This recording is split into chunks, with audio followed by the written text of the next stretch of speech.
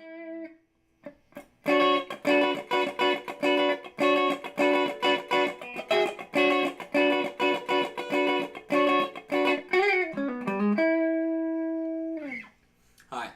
my name is Colin Poulton, and I'm going to break down this funk groove for you. So there's basically two major components of breaking down any sort of groove or lick. You need kind of the melodic, the harmonic element, and the rhythmic element. So we're going to be in the key of E major, kind of around like an E9, E7 kind of tonality, and it's going to be a 4-bar phrase with some 16th note syncopation pretty much. So we're going to be pretty much functioning mostly off of this E9 shape right here. And so you're going to be laying your first finger down across the 7th fret, barring the G, B, and E strings.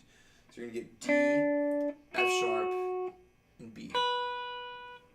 So at the beginning of each of these 4 bars, you're going to be doing this thing where you're going to be going with a downstroke, and you're actually going to have your pinky on the high E string on the 9th fret. You get this chord, and then you pull your pinky off, you're back to the bar. That's kind of the motion you're getting there. So another thing to note too is on your right hand, for pretty much the whole of the 4 bars, you're going to keep this continuous 16th note pattern going. 1E into 2E into 3E into 4E into. So that's going to be going even when you're not physically playing the chords. When you're not playing the chords, you're just going to be muting by just lightly having your left hand just on the strings, getting that chicka chicka. So let me count out the phrase.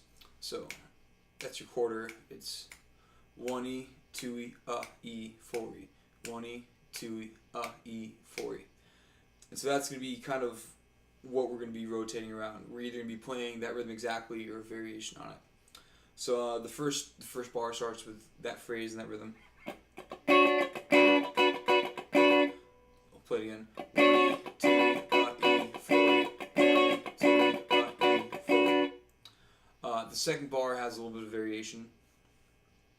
So on the 4th beat, instead of doing 1E, 2E, E, 4E, we're going to do 1E, 2E, E, E.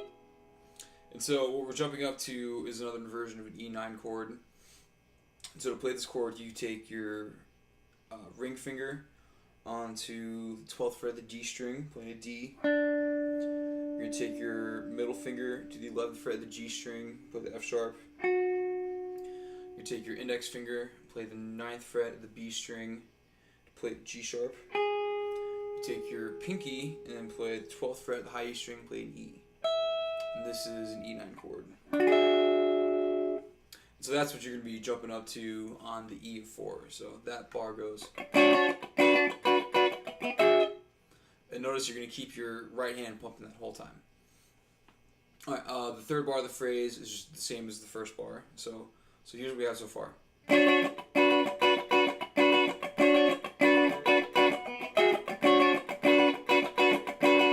So we're going into our 4th bar here.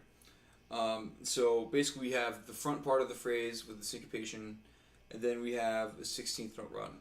So the run combines an E major pentatonic scale with a thing called the lower chromatic neighbor, which is basically the note chromatically adjacent to whatever note you're trying to approach.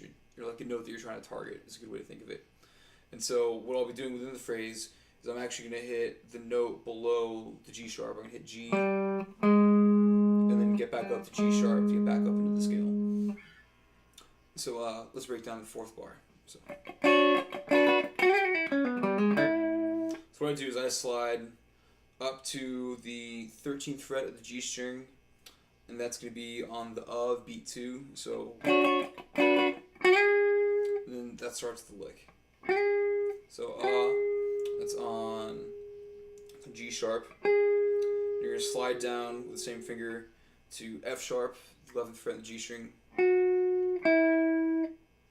down to the 9th fret of the G string, onto E. We're going to follow the pentatonic scale down. We're going to move to the D string, 11th fret, the 9th fret, so that's going to be C sharp and B. We move down the next string set. This is where we're going to do our lower chromatic neighbor. We're going to do the 10th fret and the 11th fret, G and G sharp. We're going to end the phrase by catching the root back up here on the G string on the 9th fret on an E natural. So that whole last bar is.